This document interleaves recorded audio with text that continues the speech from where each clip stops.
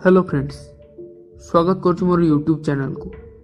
Friends, आपण मानक मध्यरु अनेक भूत प्रेत, जादू और रहस्यमय तथ्य जानिया पई इच्छुक थांती।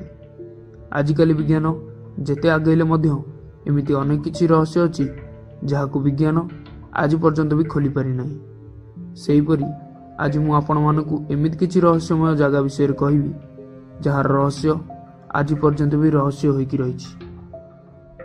झुलंता स्तंभ द हैंगिंग पिलार, लेपाक्षी, आंध्र प्रदेश।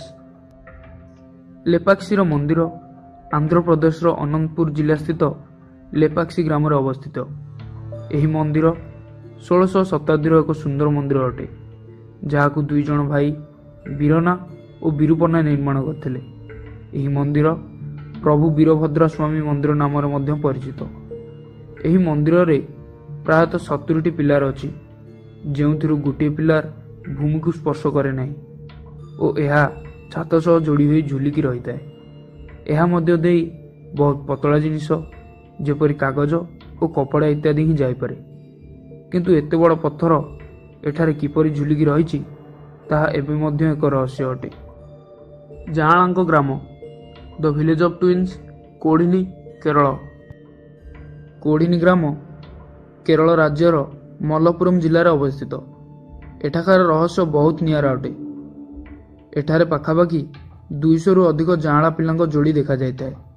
प्रति 1000 पिलांको मध्यरे एठारे 45 पिला जाँला होइतांती। यह तुलना रे भारतर प्रति 1000 पिलारे 4 जण जाँला होइतांती। यार हाराहारी शतकड़ा भाग पूरा दुनिया रे द्वितीय स्थान रे थिला बेले यह एशिया रे प्रथम स्थान रे आसे। एठाकार जनसंख्या पाखापाखि 2000 रु अधिक अटे और एठारे प्राय 350 रु अधिक जाँला देखा जाइतांती, जहा मध्यरे छोट पिलांक सह वृद्ध मध्य नजर आसितांती। उड़ंता पत्थर लेविटेटिंग स्टोन, शिवापुर, महाराष्ट्र। महाराष्ट्र शिवापुर ग्राम एक रहस्यमय ग्राम अटे जहा शिवापुर रे थिबा हजरत कमर अली दरवेशर एक पत्थर पई प्रसिद्ध। एठाकार लोकंकर मानिबा कथा जे कमर अली नामक जन युवक तार 18 वर्षर मृत्यु पूर्व कहितला जे मोर समाधि पाखरे एक पत्थर रखा जाऊ और एही पत्थर को जदि 11 जन पुरुष तांकर तर्जनी आंगुठी धरी मोर नाम नहीं यह उठाइबे तेबे ही एही पत्थरटी मनीष मुंड उपर उच्चता को उठी पारिबो, नचेत अन्य केही भी यहाकू अन्य उपाय उठाइले यह 2 फुट रु अधिक उच्चता को उठी पारिबो नहीं। मात्र आश्चर्यर कथा यह जे 90 किलो विशिष्ट यह पत्थर को जेतेबेले 2 हाथ रे टेकी हुएनी ताहा केवल गोटिए गोटिए आंगुठी रे उठाइबा किपरि संभव होइताए, यह आज मध्य एक रहस्य अटे। कर्णीमाता मंदिर, कर्णीमाता टेम्पल, देशनोक, राजस्थान। देशनोकर कर्णीमाता मंदिर राजस्थान में अवस्थित। यही मंदिरर अजब रहस्य आपण मानकु आश्चर्य कराइदेव। यही मंदिर रे प्राय 20,000 अधिक कला और धड़ा मूषा रही था, मात्र यही मूषा माने कहार किछि क्षति कर नथांती। तेणु यही मूषा मानकु स्थानीय लोके पवित्र मूषा बोली कहितांती। यही मूषा मानक कारणरू यही मंदिर को मूषार मंदिर मध्य कुआ जाइताए। हजार हजार भक्त यही मूषा मानकु देखिबा पई दूरରୁ एठाकु आसितांती। यही मूषा माने भक्त आनिथिबा भोगराग, क्षीर इत्यादि खाई रहितांती।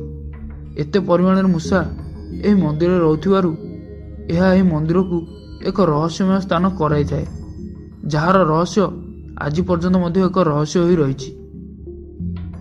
छोट मरुभूमि the mini desert, Talakadu, Karnataka. Talakadu Karnataka राज्यर चामराजनगर जिलार अवस्थित। एठारे 30 रु अधिक मंदिर अछि।